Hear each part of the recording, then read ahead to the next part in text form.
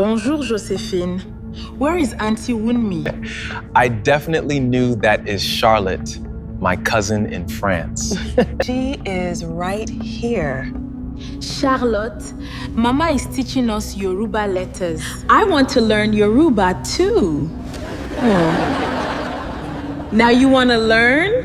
Just because they don't make it easy doesn't mean you should. Give up. It is a lot, Mama. You saw the last time you were here and how much I am dealing with raising your granddaughter.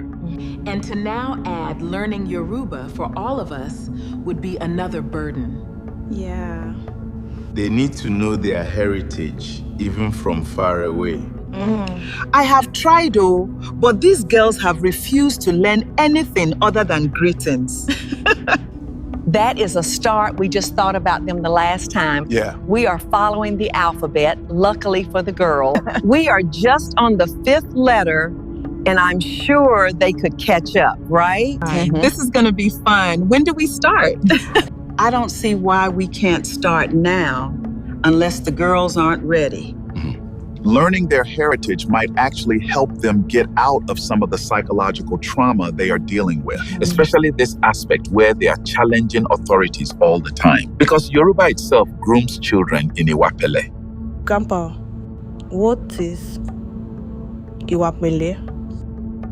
It is the basic norm in Yoruba customs, where children are taught through childhood To always be humble and respectful to elders, as against the Western world here, where you guys are thought to always stand up for yourselves. Okay, let's get back to the lessons. And since Charlotte also wants to learn, we could just do the letter E with everyone today and go over the previous ones later with her. What do you know about the Yoruba alphabet? There are 25 letters. That's impressive. And Yoruba uses diacritics like French. I remember the last time we treated letter E. Now this is the second half. The two E sounds in Yoruba are different. One sounds open, like the A in cat, A-B, A-G, A-D. The second E have a dot underneath it. It sounds softer, like the E in bed. Eye, enu, ese. Baba, the greetings you taught us the last time sounded more like the latter words and not the former. And neither did the Iyo festival. I'm going to tell you a short story and I'll replace some words with Yoruba words so you can guess what they mean in English. Okay. The midday sun beat down on the bustling market. Adunit called out to her Ebe Olu. Having seen Mama Ayo, the Eleja, she stood beside glistening Eja. There had been a commotion earlier. Someone caught themselves like cleaning fish. There was Eja everywhere. Mama Ayo counted her Oweyo. Adoni asked for Ejo fish. The sunlight gleamed against the wooden eke supporting the roof. How many Yoruba words did I use in the story you just heard?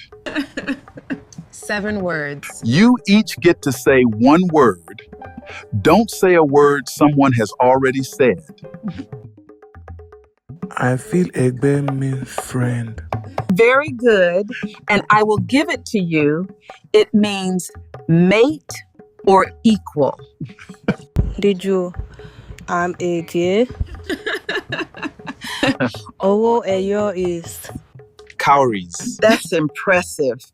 I am impressed with all of you. You did so well. Next time won't be so easy. The other words were Ejer and Eleja. The first means fish and the second means fishmonger. Yeah.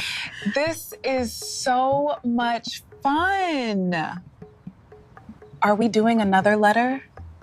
My dear, that's all for today. I and your grandpa have to rest. We are tired. Don't worry. The next one won't be this long. Ebe means meat. Eke means rafter. Uweyo means cowries. Ejo means it. Eche means blood. Eja means fish. Eleja. Preserve culture. Pass it on.